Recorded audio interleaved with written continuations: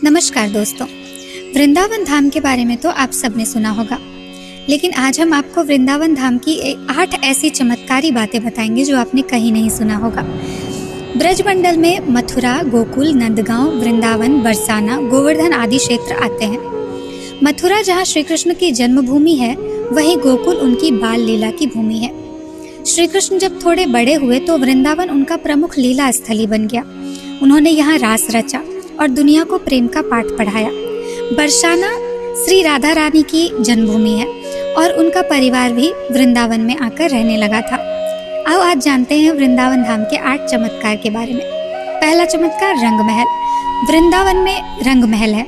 प्रतिदिन मंदिर के अंदर स्थित रंग महल में श्री कृष्ण और राधा का पलंग लगा दिया जाता है और पूरा रंग महल सजा दिया जाता है तथा राधा जी का श्रृंगार सामान रखकर मंदिर के दरवाजे बंद कर दिए जाते हैं। जब प्रातः दरवाजे खुलते हैं तो सारा सामान अस्त व्यस्त मिलता है। मान्यता है कि रात्रि में राधा कृष्ण आकर इस सामान का प्रयोग करते हैं। हालांकि शाम के बाद यह मंदिर बंद हो जाता है और यह भी कहा जाता है कि अगर यहाँ कोई छुपकर रासलीला देखता है तो वह अगले दिन पागल हो जाता है या फिर उसकी मृत्यु हो जाती है। दूसरा, अपने आप बंद होता है और खुलता है यहाँ मंदिर का पट। वृंदावन में श्री कृष्ण का एक ऐसा मंदिर है जो अपने आप ही खुलता और बंद हो जाता है। वृंदावन और तुलसी का रहस्य। वृंदा तुलसी को कहा जाता है। यहाँ तुलसी के पौधे अधिक हैं, इसलिए इसे वृंदावन नाम दिया गया है, यानी वृंदा तुलसी का वन। कहते हैं कि यहाँ तुलसी के 2 पौधे एक साथ लगे हैं। रात के समय जब राधा और कृष्ण रास रचाते हैं तो यही तुलसी के पौधे गोपियां बनकर उनके साथ नाचते हैं। इन तुलसी का एक भी पत्ता यहाँ से कोई नहीं ले जाता है। जिसने भी गुपचुप यह कार्य किया है वह भारी आपदा का शिकार हो जाता है। यहाँ के पेड़ बहुत अजीब हैं। मंदिर के परिसर में उगने वाले पेड़ और निधिवंग में उगने वाले पेड़ भी अजीब हैं। यहाँ के पेड़ की शाखाएं नीचे की ओर बढ़ती है। जहाँ आमतौर पर पेड़ ऊपर की तरफ बढ़ते हैं, वहीं निधिवन में मौजूद पेड़ों की ऊंचाई बेहद कम है और इनकी शाखाएं इनकी जड़ों की ओर बढ़ती है। यहाँ पेड़ भी आपस में गुथे हुए हैं, जो इस जगह को देखने में भी रहस्यमयी बनाती है। मंदिर में करते हैं शयन। मंदिर में भगवान श्री कृष्ण रोज रात को खुद शयन करने आते हैं। उनके सोने के लिए मंदिर के पुजारी रोज पलंग लगाते हैं, जिस पर साफ सुथरी गादी एवं बिस्तर के उपयोग किए जाते हैं।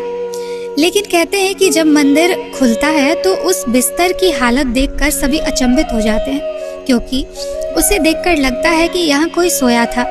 सबसे आश्चर्य की बात यह है कि यहाँ प्रतिदिन माखन मिश्री का प्रसाद चढ़ाया जाता है और जो बच जाता है उसे मंदिर में ही रख दिया जाता है। लेकिन सुबह तक वह प्रसाद भी समाप्त हो जाता है। आखिर कौन खा जाता होगा वह प्रसाद? रात में यहाँ कोई भी नहीं रुकता। स्थानीय लोगों के अनुसार ऐसा बरसों से होता आ रहा है। कुछ लोग इसे अंधविश्वास मानते हैं और कुछ लोग इसे श्री कृष्ण का चमत्कार। घरों की खिड़कियां लोग क्यों बंद कर देते हैं? यहाँ पर यहाँ के आसपास के अधिकतर घरों में खिड़कियां नहीं हैं और जिनके घरों में हैं वे शाम की आरती के बाद खिड़कियां इस डर से बंद कर देते हैं कि कोई मंदिर की दिशा में ना ही देखे, अन्यथा वह अंधा हो जाएगा। आइए जानते हैं निधिवन का राज क्या है। कहते हैं कि आज भी समय समय पर प्रभु वृंदावन के निधिवन और मधुवन में रास भी रचाते हैं। वहाँ के मंदिरों में भ्रमण भी करते हैं। कहते हैं कि श्री कृष्ण वृंदावन के निधिवन में रास लीला करने आते हैं और उनके साथ श्री राधा रानी सहित उनकी अष्ट सखियां भी आती हैं। लोगों का मानना है कि यहाँ हर रात आरती के बाद श्री कृष्ण, राधा और उनकी गोपियां रास रचाते हैं।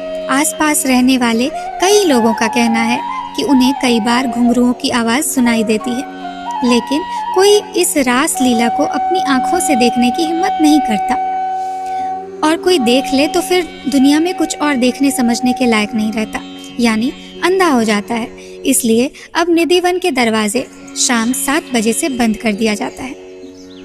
स्वामी हरिदास भक्त। वृंदावन के बांके बिहारी मंदिर से कई कथाएं जुड़ी हुई हैं। कहते हैं कि श्री कृष्ण श्री हरिदास जी बांके बिहारी श्री कृष्ण के सबसे बड़े भक्त थे, जिनकी भक्ति और चमत्कारों की कई कथाएं प्रचलित है। भगवान की भक्ति में डूबकर हरिदास जी जब भी गाने बैठते तो प्रभु में ही लीन हो जाते। इनकी भक्ति और गायन से रीझकर भगवान श्री कृष्ण इनके सामने आ जाते थे। दोस्तों, आपको ये वृंदावन से जुड़ी कथाएं कैसी लगी हमें प्लीज़ कमेंट बॉक्स में ज़रूर बताइएगा, और अगर वीडियो अच्छा लगा हो तो प्लीज़ वीडियो को लाइक कीजिएगा। राधे राधे।